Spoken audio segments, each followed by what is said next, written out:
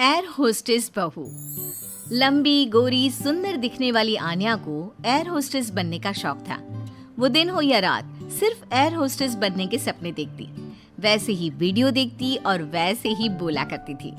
एक बार उसे देखने लड़के वाले आते हैं। आन्या बेटा आओ, मेहमान आ गए हैं। आन्या बाहर आती है।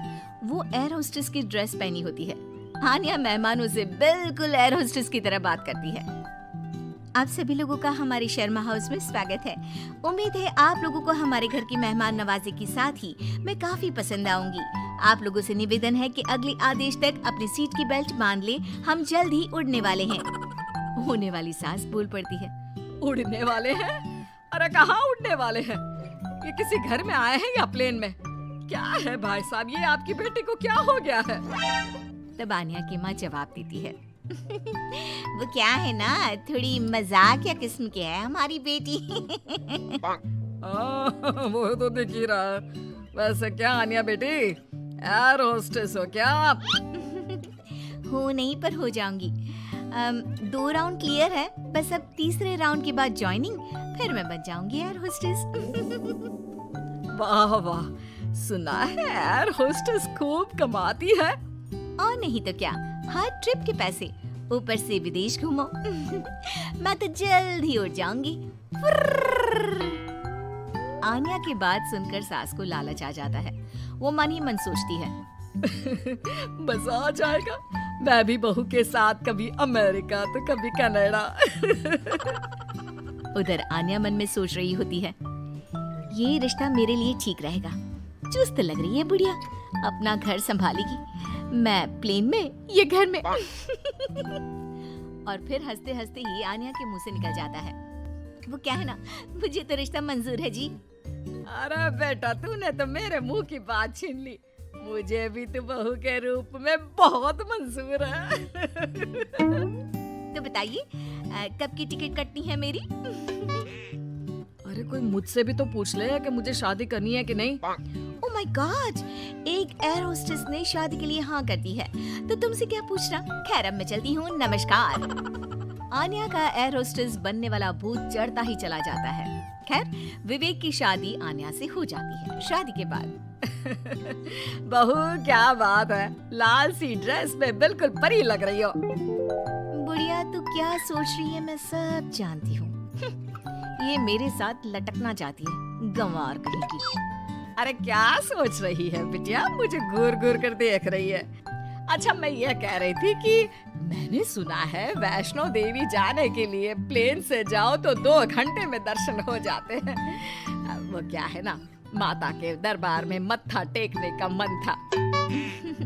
हाँ हाँ क्यों नहीं, मैं टिकट करती हूँ ना आपकी। बहू वहाँ से चली जाती है। रात को खाने की टेबल पर सभी से निवेदन है कि खाने का सामान परोस दिया गया है, जल्दी जलपान कर ले। सहयोग के लिए शुक्रिया। सभी को आन्या की बातें अजीब तो लगती है, लेकिन करे क्या, बहू जो ठहरी। लेकिन फिर एक रोज रात को, हाँ मुझे नींद ही नहीं आ रही, क्या करूं मैं। क्यों, क्या हो गया, नींद क्यों नहीं आ रही? वो क्या है ना, धरती पर सोने की आदत नहीं है ना, मुझे तो आकाश में सोना है, जहाँ से बादल दिखे। ये क्या, घर के अंदर सड़ी सी छत और रेलवे का पंखा चलता दिख रहा है। अरे यार बड़ी अजीब हो, घरों में तो लोग ऐसे ही सोते हैं ना। सोते होंगे, मुझे आदत नहीं है। मैं छत पर झूला लगाकर सोई हूँ। झूला हिलेगा तो मुझे लगेगा फ्लाइट में गोते खा रही हूँ आकाश में। मैं तो चली। अब क्या था, ठंडी हवा के बीच बहू छत पर सोकर उठती है तो उसे सर्दी लगी होती है। अच्छी, अच्छी, अच्छी। अरे क्या हो गया बहू, तू तो बोल रही थी मुझे जम्मू लेकर जाएगी, तू तो पहले से ही बीमार होकर बैठ गई। मैंने तो पैकिंग भी कर ली है, अब उड़ा कर ले चल। अच्छी, यहाँ नाक की दही बनी हुई है और इन्हें जम्मू घूमना है। हाय रे, लगता नहीं कि ये एयर होस्टेस बहू कभी मुझे प्लेन की सैर भी कराएगी। अरे क्या हो गया माँ, काहे रोई जा रही हो? बेटा मैंने सोचा था कि बहू उड़न खटोले में लेकर मुझे घूमेगी, लेकिन इसके नखरे झेलते झेलते मैं तो थक गई हूँ। तभी बहू आ जाती है। जी, आप लोग खड़े क्यों हो? मुझे खड़े हुए लोग देखने की आदत नहीं है। कृपया अपनी अपनी सीट पर बैठ जाए और खिड़की से बाहर देखें, साथ ही सीट बेल्ट बांध ले। देखो आन्या, ये एयर होस्टेस वाली जॉब बाहर तक ठीक है, लेकिन तुम ये घर पर जो अजीब सा व्यवहार करती हो ना, ये मुझे बिल्कुल भी पसंद नहीं है। तुम क्या समझो मेरी नौकरी की कद्र? ठेले में बैठ बैठ कर बस ठेले हो गया हूँ। मैं एयर होस्टेस हूँ। पता है हवाई टिकट कितने की आती है? लोग एक बार बैठने के लिए मरते हैं, मैं तो रोज 2 बार घूमती हूँ। और सासू माँ, मैं आपकी तरह खाना बनाने वाली औरत नहीं हूँ, समझ गई?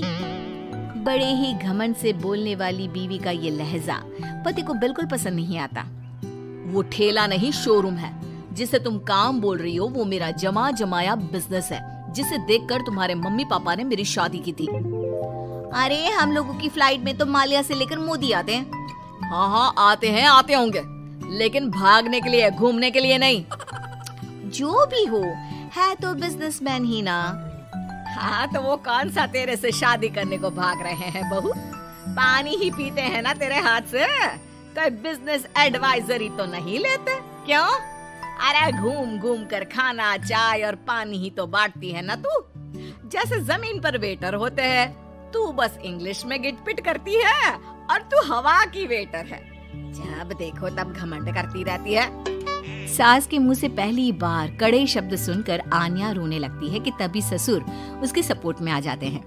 देख भाग्यवान, एयर होस्टेस की जॉब भले ही खाना या पानी देने की हो, लेकिन आपदा के वक्त इन लोगों की बड़ी जिम्मेदारी होती है एक एक पैसेंजर का ख्याल रखना। काम काम होता है, वो छोटा बड़ा नहीं होता। आन्या को ससुर की बात से थोड़ा सहारा मिलता है, लेकिन तभी पति, माना पापा वो काम है, लेकिन काम को अपने सर पर चढ़ा लेना कहाँ तक सही है? मैं बिजनेसमैन हूँ, घर का सामान बेचता हूँ, तो इसका मतलब ये नहीं कि घर को ही बेच दूंगा। माँ घर पर रहती है, खाना बनाती है, तो इसका मतलब ये नहीं कि लोगों के घर जाकर खाना बनाएगी या फिर घर को होटल बना देगी। पापा, काम को घर के बाहर तक ही रखना सही है। मुझे माफ कर दो, मैं आज के बाद कभी भी अपने जॉब को घर के बीच नहीं लाऊंगी। मैं समझ गई जैसे दूसरी नौकरी है वैसे ही एयर होस्टेस की जॉब भी है। मैं इस नौकरी के चक्कर में ज्यादा ही पागल हो गई थी।